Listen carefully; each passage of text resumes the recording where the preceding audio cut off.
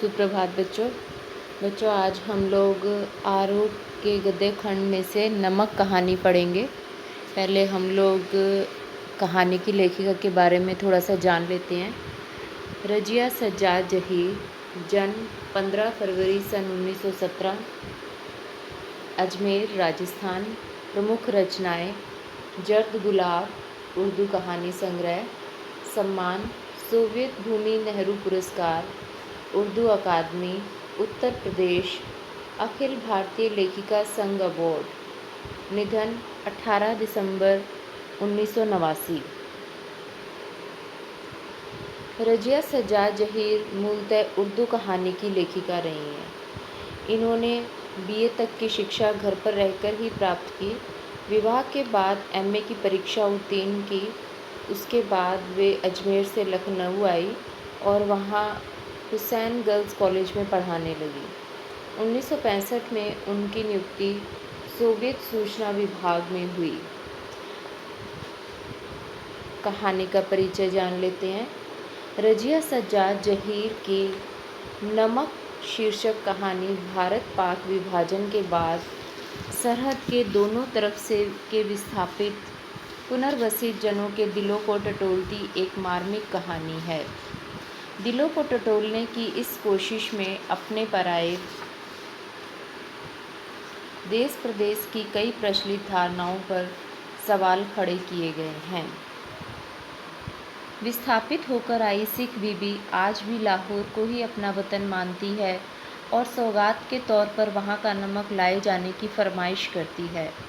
Custom अधिकारी नमक ले जाने की इजाज़त देते हुए जिसे ले जाना गैर कानूनी है, दिल्ली को अपना वतन बताता है।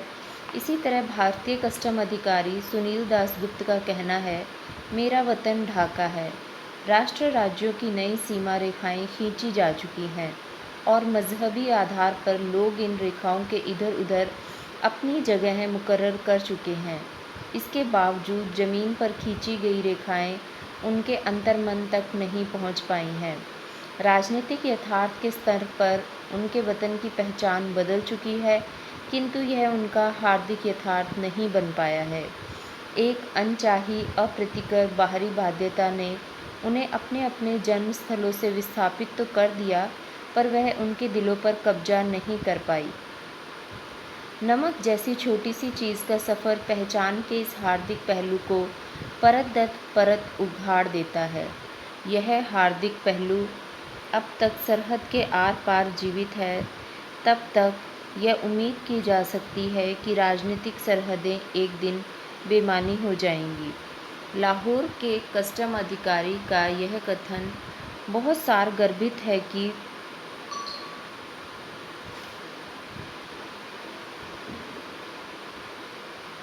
उनको यह नमक देते वक्त मेरी तरफ से कहिएगा कि लाहौर अभी तक उनका वतन है और दिल्ली मेरा, तो बाकी सब रफ्ता रफ्ता ठीक हो जाएगा। इसे पढ़ते हुए एक सवाल हमारे मन में ज़रूर उठ सकता है, क्या धर्म मज़हब के आधार पर नई सरहदों के आर पार फेंक दिए गए लोगों की वह पीढ़ी जिनके दिलों में अपनी जन्मस्थली के प्रति गहरा लगाव है, कि ख़त्म हो जाने पर रफ्ता रफ्ता ठीक हो जाने की उम्मीद भी ख़त्म हो जाएगी?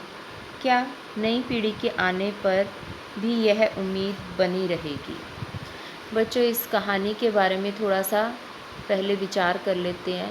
नमक कहानी असल में उस एक पूरी पीढ़ी की कहानी है जिन्होंने विस्थापन का दर्द झेला था। भारत और पाकिस्तान, जब पाकिस्तान का निर्माण हुआ, भारत का विभाजन हुआ, ये तब की बात है। हम सब जानते हैं, हमने इतिहास की पुस्तकों में पढ़ा है, बहुत सारी फिल्में इससे संबंधित देखी हैं, बहुत सारी डॉक्यूमेंट्री देखी हैं, जिसमें हम ये जान पाए कि उस समय पर बहुत सारे ऐसे लोग थे, हिंदू परिवार थे, सिख परिवार थे, जिनको पाकिस्तान छोड़कर भारत में आना पड़ा, और बहुत सारे ऐसे मुस्लिम लोग थे जिनको भारत छोड़कर पाकिस्तान जाना पड़ा। ऐसे समय में धर्म के नाम पर बहुत खून खराबा हुआ और ये आज़ादी तो आई, लेकिन साथ में थोड़ा सा दुख भी लेकर आई, और वो दुख था विस्थापन का दुख, पीड़ा और दर्द जो एक पूरी पीढ़ी ने झेला। ये राजनीतिक सरहदों का बंटवारा हुआ और उसकी वजह से लोगों को सरहद के इस पार से उस पार जाना पड़ा। वो मिट्टी जहाँ हमने जन्म लिया, जहाँ हम पलकर बड़े हुए, उस मिट्टी के साथ हमारा गहरा लगाव हो जाता है। उसी को हम अपना वतन, उसी को हम अपनी मातृभूमि मानते हैं। आज भारत से हम चाहे कहीं भी दूर चले जाएं, अपने शिक्षा के उद्देश्य से या अपने किसी व्यवसाय के उद्देश्य से, लेकिन हम किसी भी देश में रहकर, कितने भी किलोमीटर दूर रहकर भारत को ही अपना जन्मस्थल मानते हैं, भारत को ही अपना देश समझते हैं। वही हमारी मातृभूमि रहती है, क्योंकि हमने उसमें जन्म लिया है। हमारी यादें, हमारा बचपन, हमारा सब कुछ इसी मिट्टी के साथ जुड़ा हुआ है। उसी तरह से इस कहानी में हम देखेंगे कि लेखिका ने ये बताया है, नमक जैसी एक छोटी सी चीज़ है जिसने परत दर परत इन लोगों के दिलों में छिपी हुई मोहब्बत को उघाड़कर बाहर रख दिया है। नमक कहानी भारत और पाकिस्तान के लोगों के बीच में मोहब्बत का स्वाद घोलती हुई कहानी है। हम ये देखते हैं कि इस कहानी की मुख्य पात्र रजिया खुद पाकिस्तान की रहने वाली है, लेकिन जब उसकी शादी होती है तो वो हिंदुस्तान में आकर बस जाती है। अब उसके पति, उसके बच्चे, उसका पूरा परिवार हिंदुस्तान में है, लेकिन उसके माँ पिता, उसके भाई भाभी सब पाकिस्तान में हैं। तो वो कहीं ना कहीं पाकिस्तान से भी खुद को जुड़ा हुआ महसूस करती है। और रजिया जिस सिख बीवी से मिलती है, वो सिख बीवी मूल रूप से अब हिंदुस्तान में रह रही है, लेकिन वो पहले से पाकिस्तान की निवासी है और लाहौर को अपना वतन समझती है। जैसे जैसे हम कहानी पढ़ेंगे, हम देखेंगे कि भले ही आज पाकिस्तान को हमारा सबसे बड़ा दुश्मन राष्ट्र बताया जाता हो, भले ही हमारे बीच में कितने ही भेदभाव क्यों ना हो, लेकिन जो आम जनता होती है वो कभी भी युद्ध नहीं चाहती है। आम जनता शांति और सुकून के साथ अपने जीवन को जीना चाहती है। इस पूरी कहानी में कोई भी पात्र, चाहे वो हिंदुस्तान का हो या वो पात्र पाकिस्तान का हो, कहीं भी एक दूसरे के लिए गाली गलौज या दुर्भावना के साथ हमें दिखाई नहीं देता। हर एक पात्र दूसरे देश, दूसरे वतन के प्रति अपने सद्भाव को व्यक्त करता है और अपने वतन और अपनी मिट्टी को लेकर उदास रहता है। तो लेखिका ने ये कहा है कि अगर लोगों के मनों में, अगर लोगों के दिलों में इतनी मोहब्बत ज़िंदा है, तो धीरे धीरे ये जो आरोपित भेदभाव और ये जो आरोपित दुश्मनी है, शायद ये रफ्ता रफ्ता ख़त्म हो जाएगी और हम एक अच्छे पड़ोसी की तरह एक दूसरे देश के साथ व्यवहार करना शुरू कर देंगे। कहानी देखिए। कहानी की शुरुआत में रजिया जो है वो किसी कीर्तन के लिए जाती है। वहाँ पर उसको एक सिख बीवी मिलती है। सिख बीवी जिसका भारी भरकम जिस्म है, छोटी छोटी चमकदार आँखें हैं, जिसमें नेकी, मोहब्बत और रहम दिली की रोशनी जगमगाया करती थी। वो ऐसे अपने उस सिख औरत को देख रही है। सफ़िया हैरान हो जाती है। वो उसको देखती है, उसको लगता है जैसे वो अपनी माँ को देख रही है। उसने वैसा ही सफ़ेद बारीक मलमल का दुपट्टा पहना है जैसे उसकी अम्मा मुहर्रम में ओढ़ा करती थी। सफ़िया ने कई बार उसको मोहब्बत से देखा, तो उन्होंने भी, यानी सिख औरत ने भी घर की बहू से उसके बारे में पूछा। तो घर की बहू ने बताया कि ये मुसलमान है और ये कल लाहौर जा रही है अपने भाइयों से मिलने। लाहौर का नाम सुनते ही वो सिख औरत सफ़िया के पास आकर बैठने लगती है और लाहौर की बातें करने लगती है। बताती है कि वो शहर कितना अच्छा है, वहाँ के लोग कितने खूबसूरत हैं, उम्दा खाने, नफीस कपड़ों के शौकीन, सैर सपाटे के रसिया और जिंदा दिली की तस्वीर। धीरे धीरे जब कीर्तन ख़त्म हो जाता है तो सफ़िया जब वहाँ से चलने लगती है तो पूछती है कि माताजी, आपको यहाँ आए क्या बहुत साल हो गए हैं? वो बताती है, हाँ बेटा, जब हिंदुस्तान बना था हम तभी आ गए थे। वैसे अब हमारा यहाँ पर अपना बिज़नेस है, कोठी है, लेकिन लाहौर अभी भी बहुत याद आता है। हमारा वतन तो लाहौर ही है।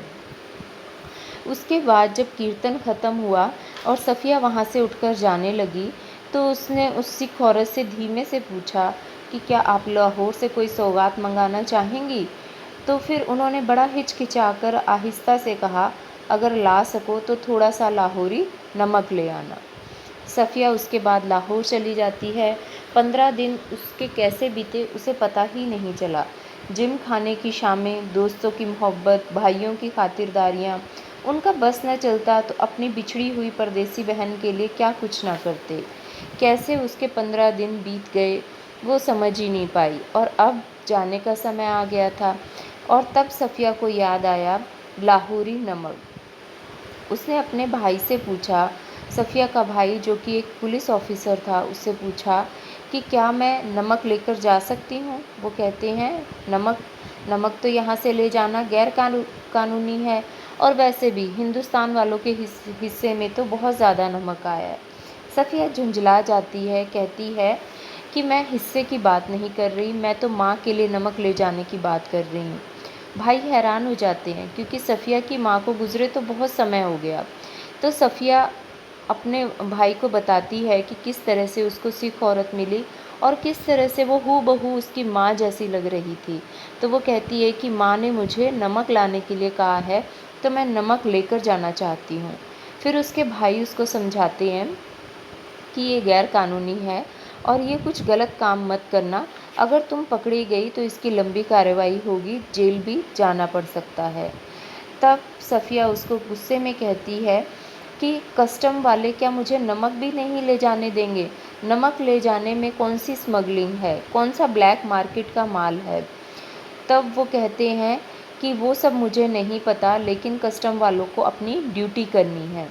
तो फिर वो कहती हैं, सफ़िया कहती हैं कि कस्टम वाले भी तो इंसान ही हैं, और अगर सब लोग इंसानियत के हिसाब से सोचने लग जाएं तो ये दुनिया कुछ बेहतर चीज़ हो जाएगी। मारे गुस्से के सफ़िया की आंखों से आंसू निकलने गए। उसके भाई चुप हो गए। अगले रोज़ 2 बजे बस उसे रवाना होना था। सुबह का कार्यक्रम बहुत ही व्यस्त था, इसलिए उसने सारी पैकिंग रात को ही करना शुरू कर दिया। जब वो दरवाज़ा बंद करके अपना सामान बांध रही थी, तो अब सिर्फ 2 ही चीज़ें उसके सामने रह गई थी। एक तो वो टोकरी, जो कीनों की टोकरी जो उसके दोस्त ने उसको लाकर दी थी। संतरे और माल्टे को मिलाकर पैदा किया गया एक फल, जो माल्टे की तरह रंगीन और मीठा और संतरे की तरह नाजुक होता है। और दूसरी थी वो नमक की पुड़िया। अब सफ़िया का गुस्सा उतर गया था। भावना की जगह बुद्धि ने धीरे धीरे उसका स्थान ले लिया था।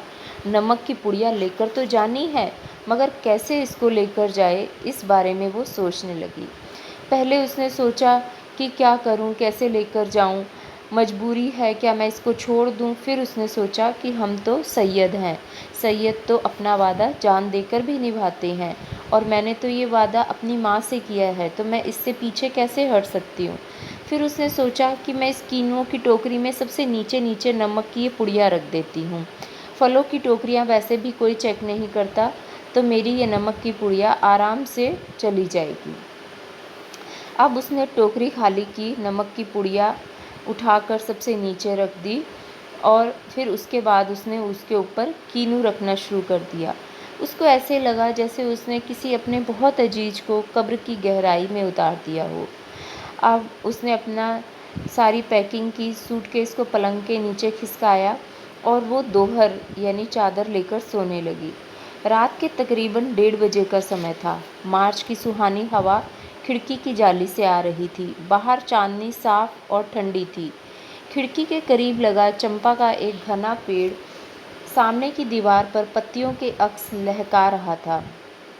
कभी दूर कहीं किसी के खांसी की आहट, किसी कुत्ते के भौंकने या रोने की आवाज़, चौकीदार की सीटी, और फिर सन्नाटा। यह पाकिस्तान था। यहाँ पर उसके सब अपने थे।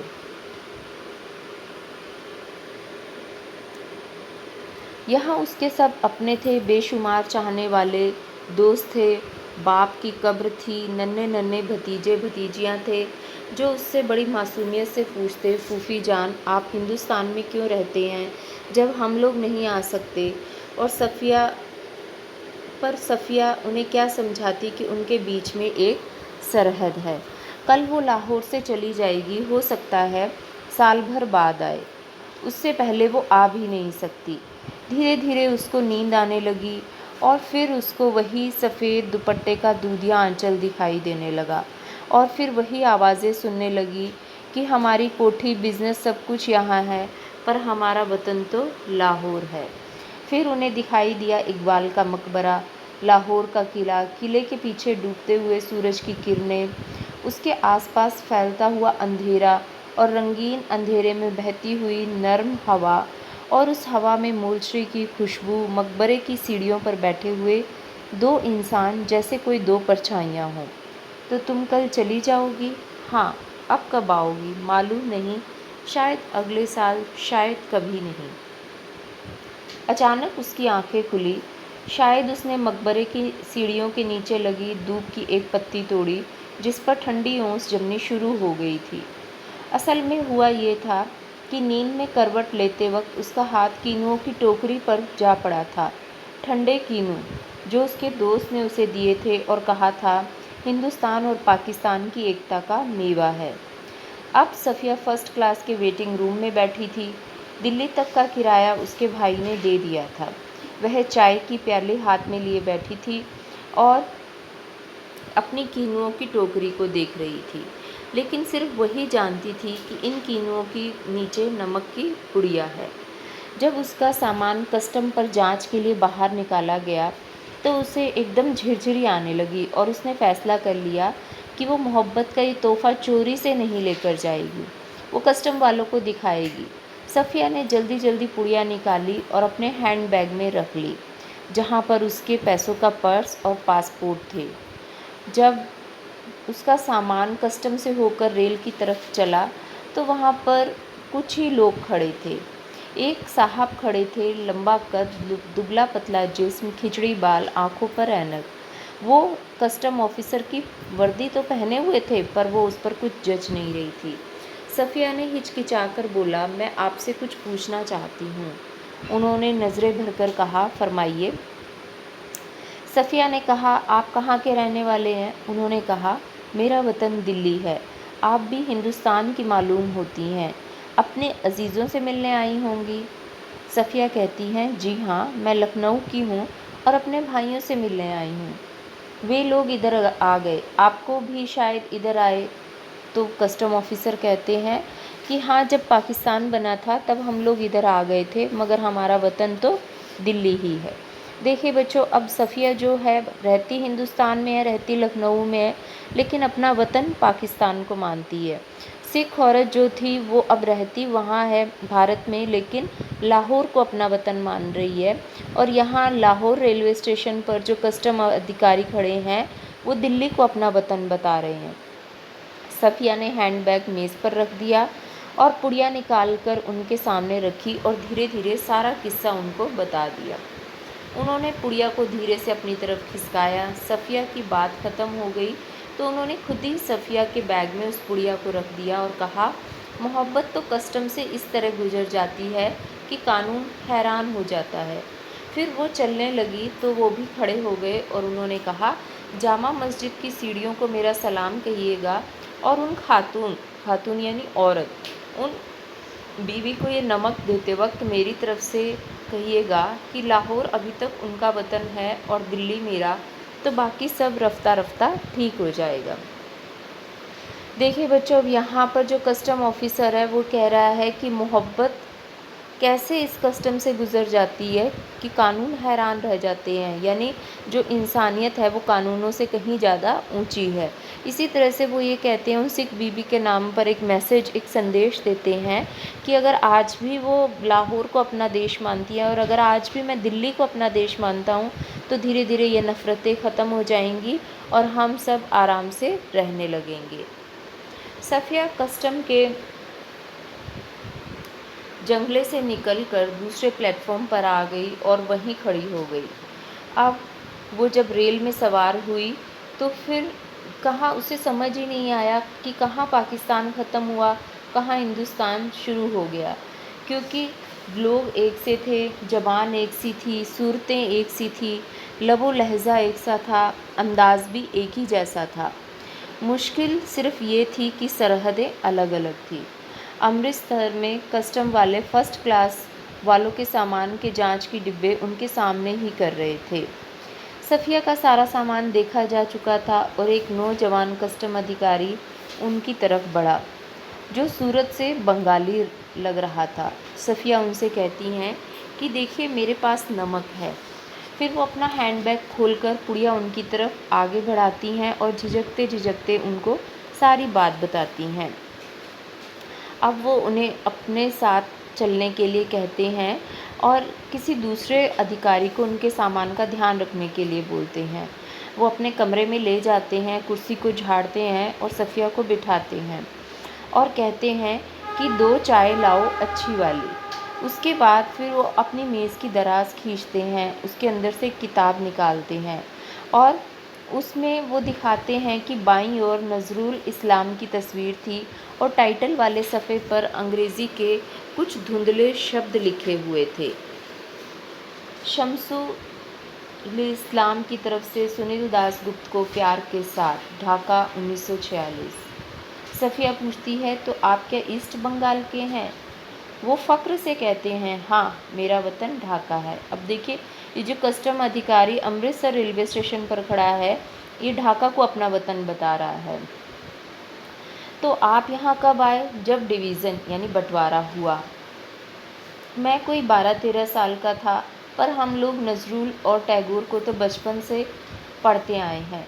जिस दिन रात को यहाँ आए थे, ठीक उससे 1 साल पहले मेरे सबसे पुराने, सबसे प्यारे बचपन के दोस्त ने ये किताब दी थी। उस दिन मेरी सालगिरह थी। फिर हम कलकत्ता रहे, पढ़े, नौकरी भी मिल गई, पर अपने वतन हम आते जाते हैं। सफ़िया हैरानी से पूछती है, वतन? वो कहते हैं, हाँ मैंने बताया ना, मेरा वतन ढाका है। फिर उसके बाद वो चाय पीते हैं और वो कस्टम अधिकारी कहते हैं, वैसे तो डाब कलकत्ता में भी होता है, जैसे नमक यहाँ भी होता है, लेकिन हमारे ढाका के डाब यानी नारियल पानी की बात ही कुछ और है। हमारी ज़मीन, हमारे पानी का मज़ा ही कुछ और है। उसी वक्त उन्होंने पुड़िया सफ़िया के बैग में रख दी, खुद उस बैग को उठाकर आगे आगे चलने लगे। सफ़िया ने उनके पीछे चलना शुरू किया। जब सफ़िया अमृतसर के पुल पर चढ़ रही थी, तब पुल की सबसे नीचे की सीढ़ी के पास वे सिर झुकाए चुपचाप खड़े थे और सफ़िया सोचती जा रही थी, किसका वतन कहाँ है, वो जो कस्टम के इस तरफ है या वो जो उस तरफ है। तो इस तरह से ये कहानी हमारी समाप्त होती है। बच्चों अब हम लोग इसके क्वेश्चन आंसर देखते हैं। सफ़िया के भाई ने नमक की पुड़िया ले जाने से क्यों मना कर दिया? सफ़िया के भाई एक पुलिस ऑफिसर थे। वो ये बात जानते थे कि अगर सफ़िया ये गैर कानूनी काम है और अगर सफ़िया ये काम करती है तो वो पकड़ी जाएगी और उस पर एक लंबी कार्रवाई चल सकती है। हो सकता है कि सफ़िया को इस जुर्म की सज़ा भी दी जाए। क्वेश्चन नंबर 2, नमक की पुड़िया ले जाने के संबंध में सफ़िया के मन में क्या द्वंद्व था? नमक की पुड़िया ले जाने के संबंध में सफ़िया के मन में ये द्वंद्व चल रहा था कि वो ये पुड़िया छुपा कर लेकर जाए या जता कर लेकर जाए। उसने ये बात तो पहले ही सोच ली थी कि ये पुड़िया तो मैं ज़रूर लेकर जाऊंगी। हालांकि उसके भाई ने उसे मना भी किया था, बताया था कि ये गैरकानूनी काम है। उसके बावजूद सफ़िया के पास 2 कारण थे। एक, सफ़िया को लगता था कि हम सैयद हैं, हम लोग अपनी जान देकर भी वादा निभाते हैं। दूसरा, उन सिख औरत में सफ़िया को अपनी माँ नज़र आ रही थी, तो सफ़िया को ये लगता था कि मैं अपनी माँ से किया हुआ वादा कैसे तोड़ सकती हूँ। तो सफ़िया ने ये बात तो अपने मन में निश्चित कर ली थी कि वो नमक लेकर जाएंगी, लेकिन बस अभी मन में यही द्वंद्व चलता रहा कि क्या वो इसको कीनुओं के नीचे रख दें, यानी उस टोकरी में सबसे नीचे छुपा कर रख दें, जैसा उन्होंने किया भी। लेकिन साथ साथ में ये द्वंद्व भी चलता रहा कि जब हम ये तो चोरी की चीज़ हो गई, ये प्रेम की सौगात कहाँ हुई? तोहफ़ा हम इस तरह से छुपा छुपा कर लेकर नहीं जाते। और अंततः उन्होंने ये निर्णय ले लिया कि चाहे इसका अंजाम कुछ भी हो, लेकिन वो अपनी प्रेम की सौगात को दिखा कर लेकर जाएंगी। तीसरा क्वेश्चन, जब सफ़िया अमृतसर पुल पर चढ़ रही थी तो कस्टम ऑफिसर निचली सीढ़ी के पास सिर झुकाए चुपचाप क्यों खड़े थे? जब सफ़िया अमृतसर पुल पर चढ़ रही थी तो कस्टम ऑफिसर यानी वो सुनील दास गुप्त, जो कि बंगाल के रहने वाले थे लेकिन अभी अमृतसर में आकर यानी भारत में आकर बस गए थे, वो सिर झुकाए इसलिए चुपचाप खड़े थे क्योंकि उन्होंने सफ़िया की पूरी कहानी सुनी थी। खुद सफ़िया, वो सिख औरत और लाहौर रेलवे स्टेशन पर मिलने वाले कस्टम अधिकारी जो दिल्ली को अपना वतन समझते हैं, और ये कस्टम अधिकारी जो बंगाल को अपना वतन समझते हैं, इन सब ने उन्हें ये सोचने पर मजबूर कर दिया था कि क्या राजनीतिक सरहदों ने लोगों के दिलों का बंटवारा किया है, अर्थात नहीं। भले ही राजनीतिक कारणों से या मानचित्र पर लकीरें खींच देने से जनता को एक जगह से दूसरी जगह जाने पर मजबूर हो जाना पड़ा, लेकिन लोग आज भी अपने देश, अपनी मिट्टी से वैसे ही जुड़े हुए हैं। क्वेश्चन नंबर 4, लाहौर अभी तक उनका वतन है और दिल्ली मेरा, या मेरा वतन ढाका है जैसे उद्गार किस सामाजिक यथार्थ का संकेत करते हैं? ये इस समाज की सच्चाई को बताते हैं कि एक पूरी पीढ़ी थी जिसने इस विस्थापन की पीड़ा को झेला था। उस समय पर जब भारत पाकिस्तान का बंटवारा हुआ तो बहुत सारे ऐसे परिवार थे जिनको विवशतापूर्वक मजबूरी के चलते भारत आना पड़ा, और मजबूरी के चलते बहुत सारे परिवारों को भारत छोड़कर पाकिस्तान में जाना पड़ा। लेकिन वो लोग आज भी अपनी मिट्टी से जुड़े हुए हैं, और ये इसी सच्चाई की ओर संकेत करता है कि भले ही लोग इधर उधर चले गए हैं, लेकिन आज भी वो अपने देश के साथ वैसे के वैसे ही जुड़े हुए हैं। ये जो ज़मीन पर खींची हुई रेखाएं हैं, ये इनके अंतर्मन तक नहीं पहुंच पाई है।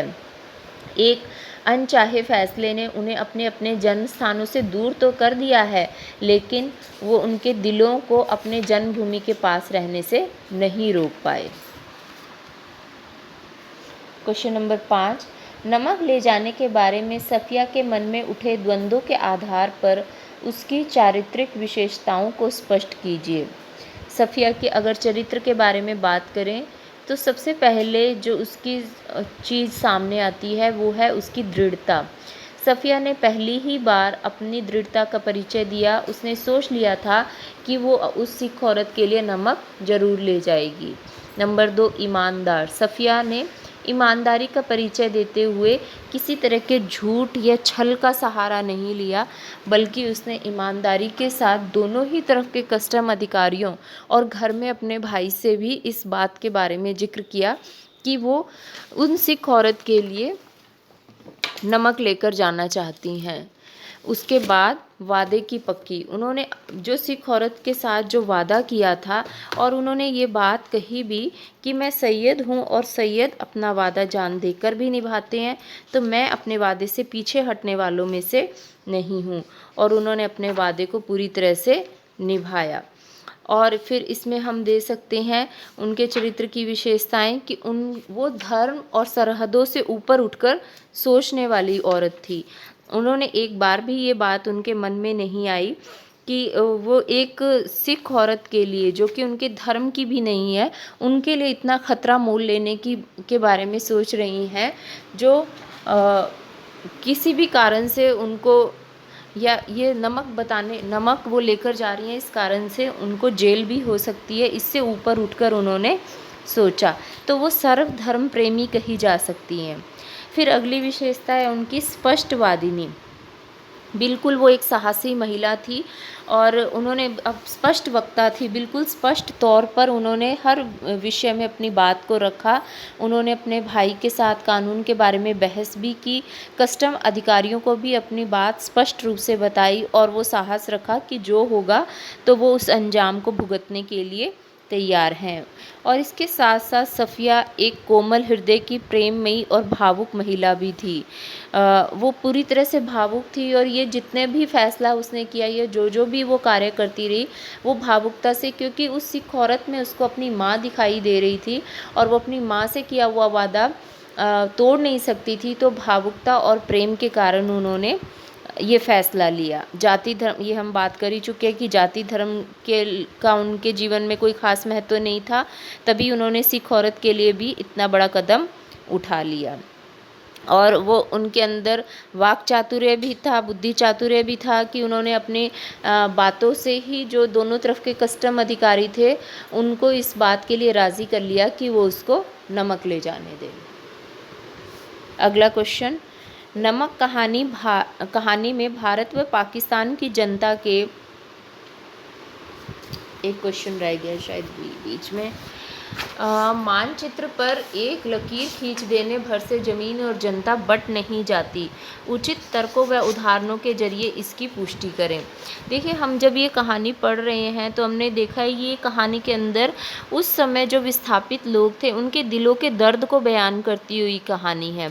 धार्मिक आधार पर देश का बंटवारा तो कर दिया, लेकिन क्या लोगों के मन की बात किसी ने जानने की कोशिश की? क्या मन से वो लोग सच में बंटवारा चाहते थे? क्या अलग होना चाहते थे?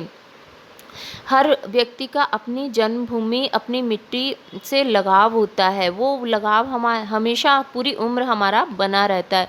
हम चाहे दुनिया के किसी भी कोने में चले जाएं, लेकिन जहाँ हमने जन्म लिया है, जहाँ पर पलकर हम बड़े हुए हैं, जिन दोस्तों के साथ हम खेले हैं, जिन पाठशालाओं में हम पढ़े हैं, उनको हम कभी नहीं भुला पाते। उसके साथ हमारा एक लगाव रहता ही है। तो यहाँ पर हम देखते हैं कि सिख औरत लाहौर को अपना वतन मान रही है। सफ़िया खुद पाकिस्तान को अपना नमक मानती है। अमृतसर पुल पर खड़ा हुआ कस्टम अधिकारी भारत को अपना वतन मान रहा है। लाहौर रेलवे स्टेशन पर खड़ा हुआ कस्टम अधिकारी दिल्ली को अपना वतन मान रहा है, और अमृतसर पुल पर खड़ा हुआ कस्टम अधिकारी बंगाल को, यानी ढाका के लिए वो कह रहा है कि वो मेरा वतन है। तो इन सब बातों से बिल्कुल स्पष्ट होता है कि मानचित्र पर एक लकीर खींच देने से ज़मीन और जनता का बंटवारा नहीं होता। अगला क्वेश्चन, नमक कहानी में भारत व पाकिस्तान की जनता के आरोपित भेदभावों के बीच मोहब्बत का नमकीन स्वाद घुला हुआ है। कैसे?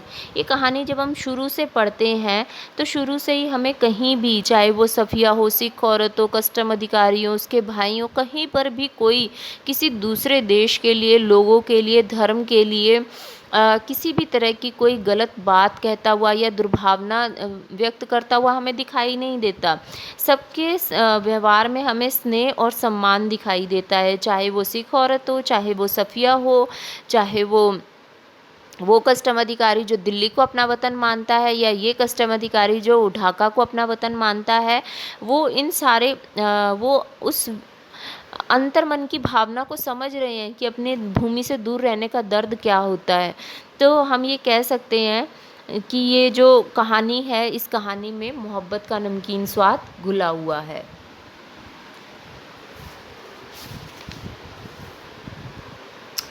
तो ये हमारे क्वेश्चन आंसर हो गए हैं बच्चों, हमारा लेसन कंप्लीट हो गया है। इसके जो वर्कशीट है, मतलब जो जांच पत्रक है, वो आपका गूगल क्लास में डाल दिया जाएगा, उसको आपको करना है।